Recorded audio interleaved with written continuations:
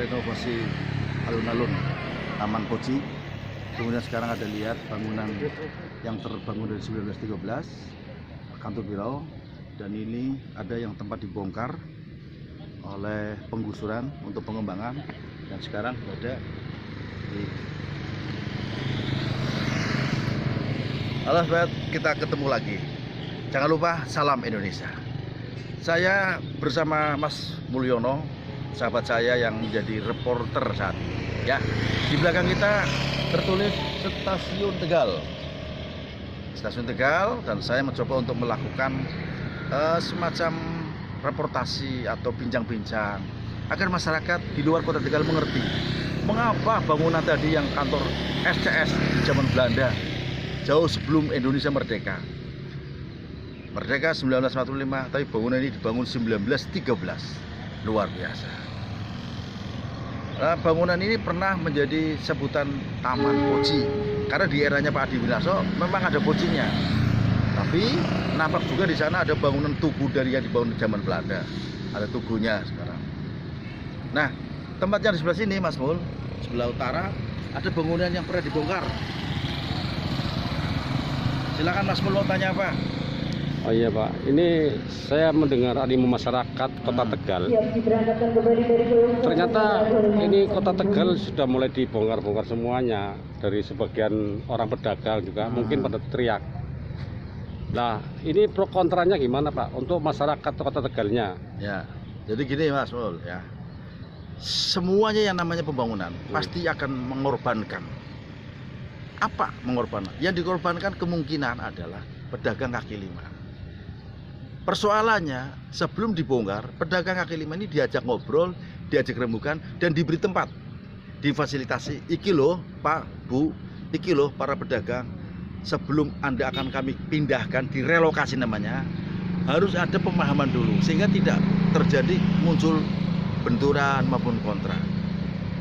Yang namanya pembangunan dimanapun pasti akan mengorbankan demi kepentingan umum, demi pembangunan.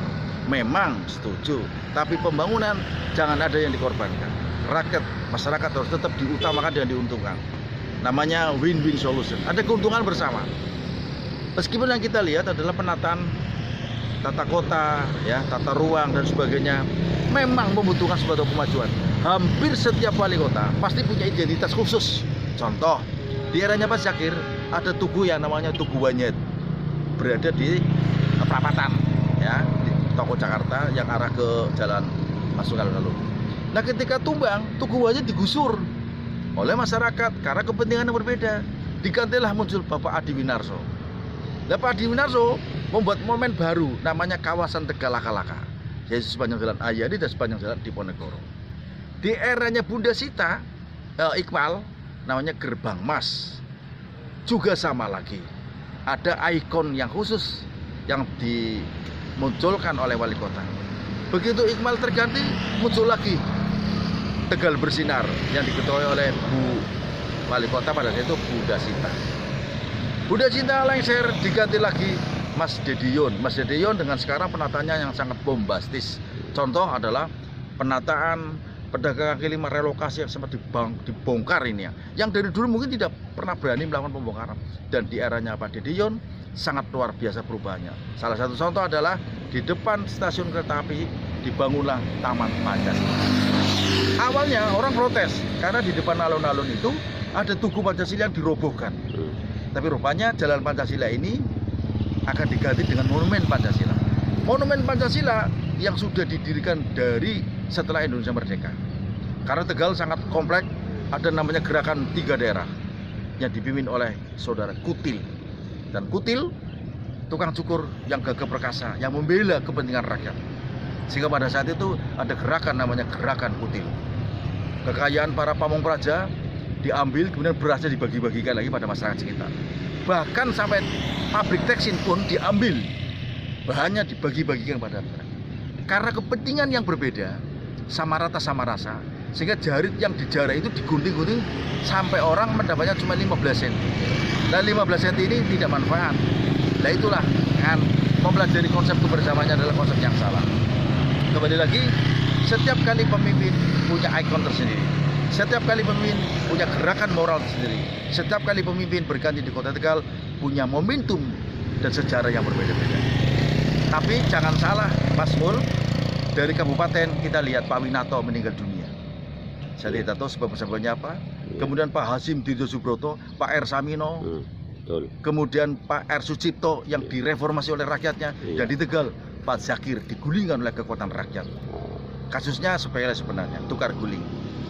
Kemudian di era reformasi sekarang, ketika Agus Rianto menggantikan Pak Sudiarto, Agus Rianto ketangkap KPK gara-gara periode kedua. Demikian pula Kento Susmono meneruskan dan menjadi pemenangnya, tapi periode kedua dia meninggal dunia. Demikian pula Heri Sulistiono, demikian pula Hama Miftah wakilnya.